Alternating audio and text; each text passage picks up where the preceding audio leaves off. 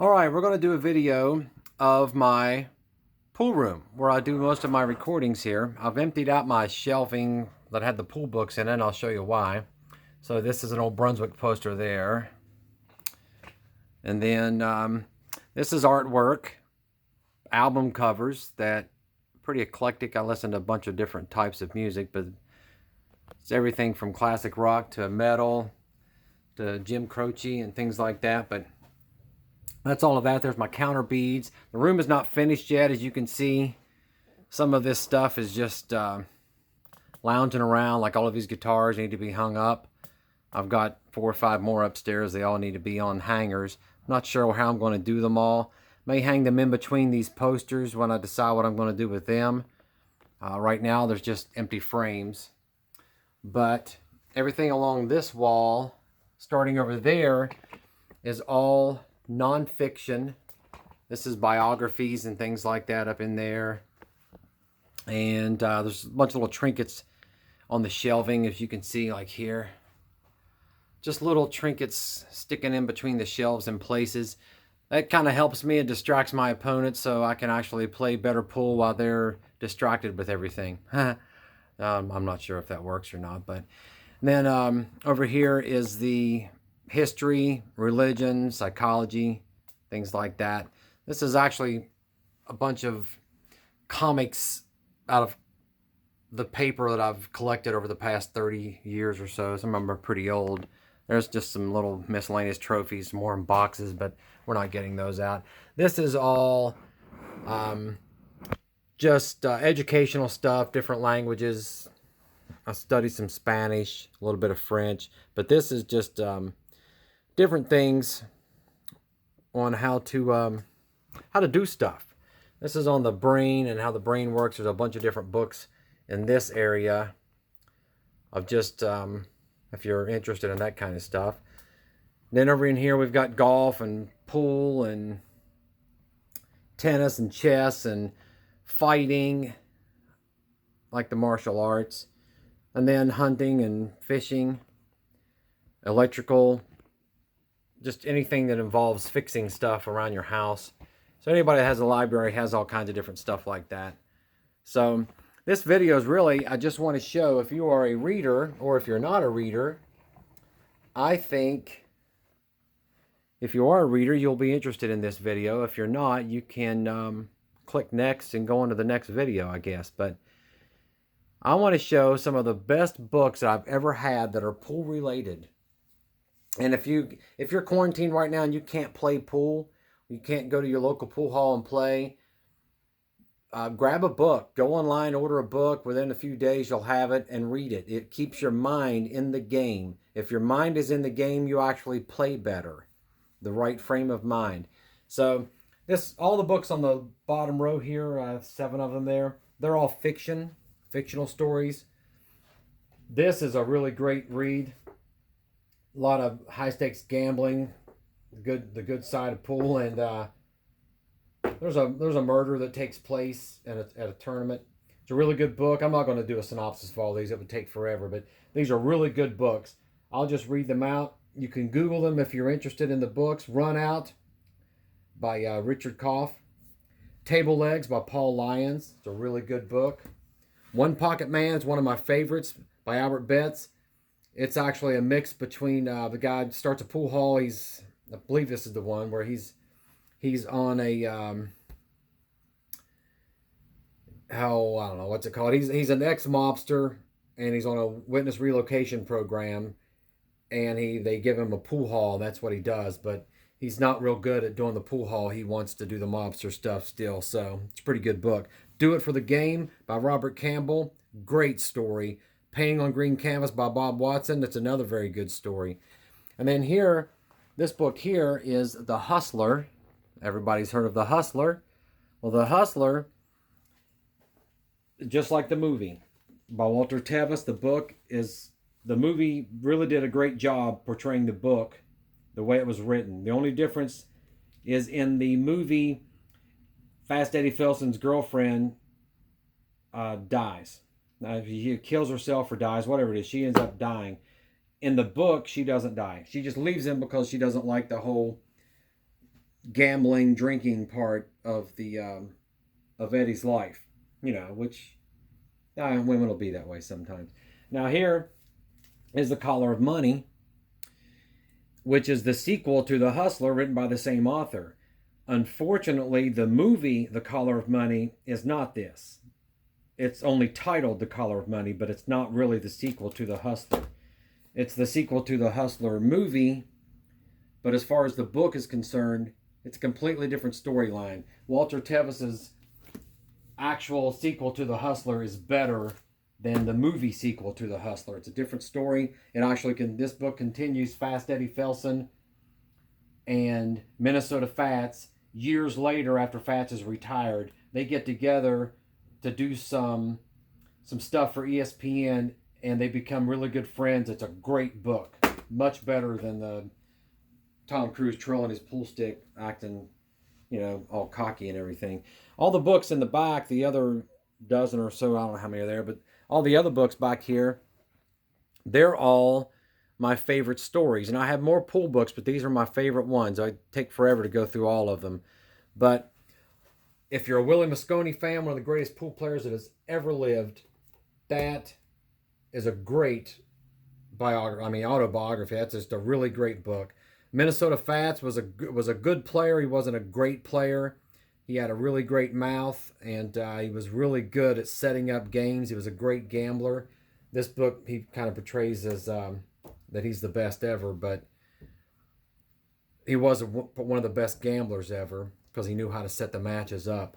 McGordy by Robert Byrne, excellent storyline. Well, what a story. Danny McGordy wanted to be a billiard player, a three-cushion player. He did not want to be a pool player because the pool players were the scum, the gamblers and the drinkers, and they weren't respected like a billiard player was. So this is back in the 30s or so, and he would dress up in a suit, put some overalls on over top of the suit, hop a coal train into town after saving up $25 over a month or two. He'd walk in with his pocket full of $25 or $28 or whatever he would save up. He would clean his hands and his face and his neck off so it didn't look like he had hopped a coal train. And he'd walk into a billiard parlor looking like $1 million and rob them blind. He just really wanted to be in that element, not the pool gambling world, but he wanted to be a billiard player. And he was. It was really great. Confessions of a Pool Hustler. There's a lot of really cool stories in that. Cotton LeBlanc talks about all kinds of cool stuff. Same way with Hustler's Days. Just talks about all the different gamblers and some really great stories in there, from Fats to Jersey Red to Wimpy Lassiter. They're all in there. A lot of really great stories. Cornbread Red's one of the most entertaining books I've ever read. That guy, incredible. Really good story.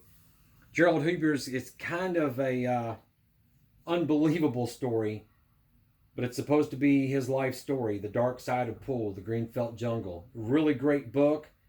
Really, really is a good book. Running the Table by Kid Delicious, one of the best books I've ever read. It's a great book. Some of these books you should look up. The Uncrowned King, if anybody's never heard of a Lindrum, the Lindrums were great, really great Australian snooker pool players. And The Uncrowned King, I think that's Walter Lindrum's life story. It's really, really good. The Danny DiLiberto story by Jerry Forsyth, that's The Road Player. That's a great book. Playing Off the Rails, one of my absolute favorites. It's a classic. That book is incredible. David McCumber, the writer there, I think he goes through a divorce or something. He grabs a lot of his money. It's this book here. Takes a lot of his money out of his retirement plan, if not all of it. Grabs a guy named Tony Anagani, used to be a pro. He grabs Tony's, and they hit the road and gamble for about 2 or 3 months on all this money. And I think when it's all said and done, they get back home, they may be up $1,800 or something total. So it was kind of a waste. I think it takes place in the 90s. It just goes to prove that it wasn't the same as it was hitting the road with LeBlanc or some of these other players that were hitting the road earlier than that. But like Cornbread Red and all those guys. But now I'm going to slide on over here to some instructional stuff. So going through all the books that I've ever had and the books that I still have, I've gotten rid of a lot of them that I don't really see as all that great of a book.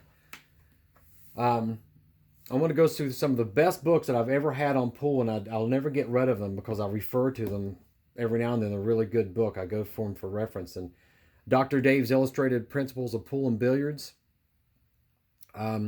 See if I can get the website to show up on the camera, but it's down here on the bottom of the book, www.billiards.colostate.edu. But that book is great for anybody that's really interested in the little intricacies of how the balls collide and the throw and everything that's involved in the science of pool. That's a really good book. Which reminds me, there's one I didn't grab that I should have grabbed because it kind of goes right along with that. It is this one, The Science of Pocket Billiards. Gets a little more intricate. See, to Brian, Jack Kohler. But it gets a little more intricate. It goes into some more detailed information, but it's kind of the same stuff in a different format. Dr. Dave's is more updated. But those are really great books for the how and the why things work the way they work with the physics of the pool balls. So if you're interested in that and the reaction of the cue ball and how all that works, great books. I'd look into those. It won't make you a better player, but it might make you a better player. Knowledge is good. No matter what it is, if you want to learn how to do something, or if you want to be good at something, learn as much as you can about it. To me, that helps. The Pro book, absolutely one of my favorite books. This is how you're supposed to practice. Competitive performance for pool players. But it goes through and there's all these different shots, and you can shoot them so many times and record your ratio and see what your percentage is. If you don't know what your percentage is making certain shots and you go for those shots in a game, you're kind of guessworking. You won't see a really good pro player or just a really good player shooting low percentage shots.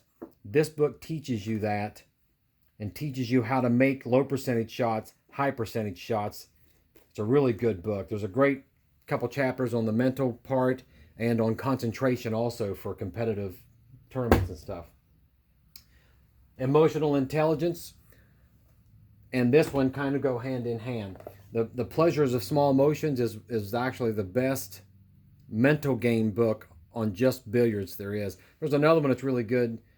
It's the art Zen and the Art of Motorcycle Maintenance. That's not the wrong one. That's a great book too, but it's not. Zen and the Art of Archery. But that's kind of a boring book. This is a great book. It's not boring. It's up to date. If you really want to master the mental game, buy this book, Pleasures of Small Motions by Bob Fancher. Absolutely a great book. Emotional intelligence. I've played with a lot of people that cannot control their emotions. They get upset, they get mad, they break your cues, they throw chalk across the table, they fling the ball down the table. I can't stand that type. It's hard to play somebody like that. But the cool thing about this book, it'll help people like that, but those people aren't going to read these types of books. But if they did, this would teach them how to control their self a little better. But it also helped me learn how to deal with people like that. So now I can play somebody like that and it doesn't affect my game anymore because I control my own emotional intelligence. But their reactions don't bother me anymore. This is a great book. It's a little book, Emotional Intelligence 2.0. Every pool player should have this. Great book. I can't talk about all these great books without including my book. I think it's a great book.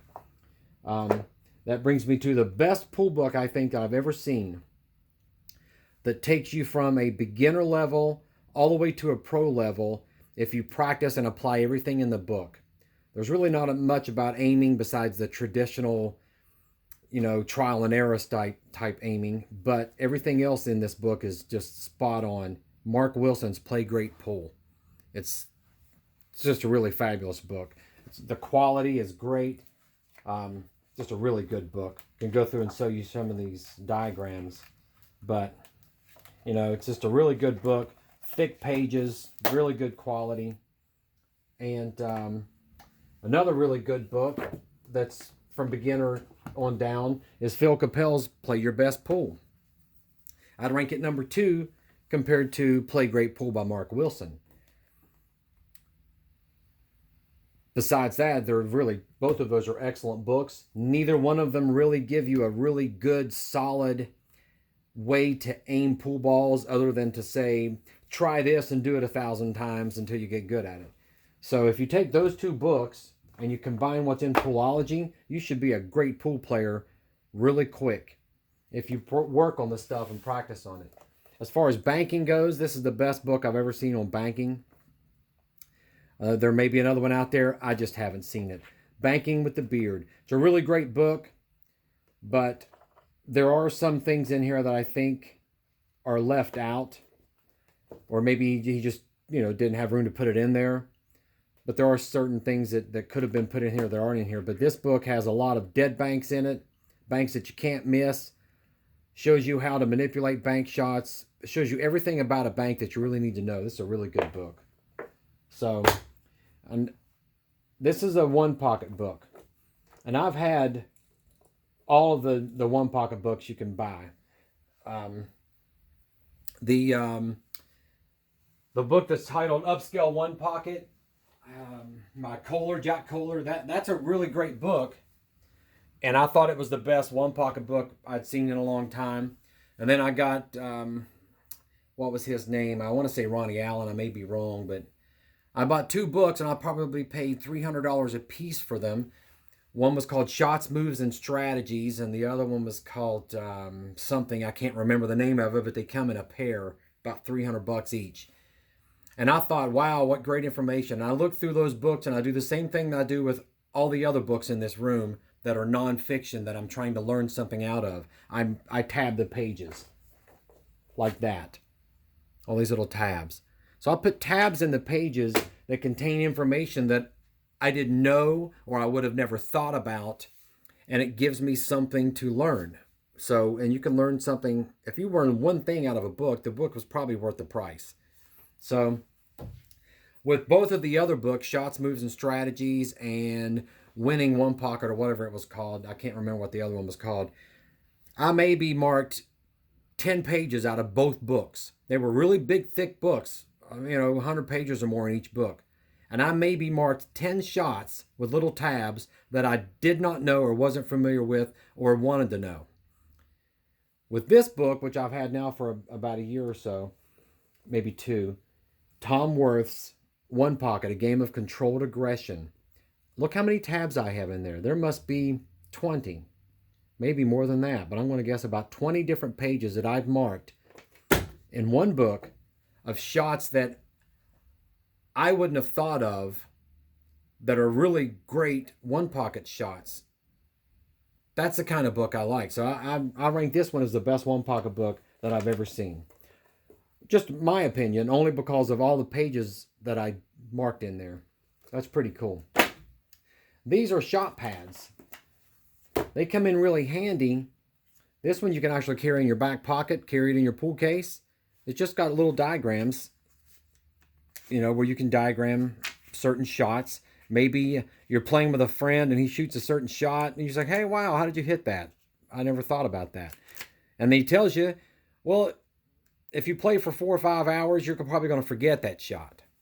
He shot it one time. That was it. Or if you're watching a pro match and you see a pro shoot a certain shot and you think, I would not have played it that way, but it worked out better, and that's the smarter way to play it. That's why the pros play it that way.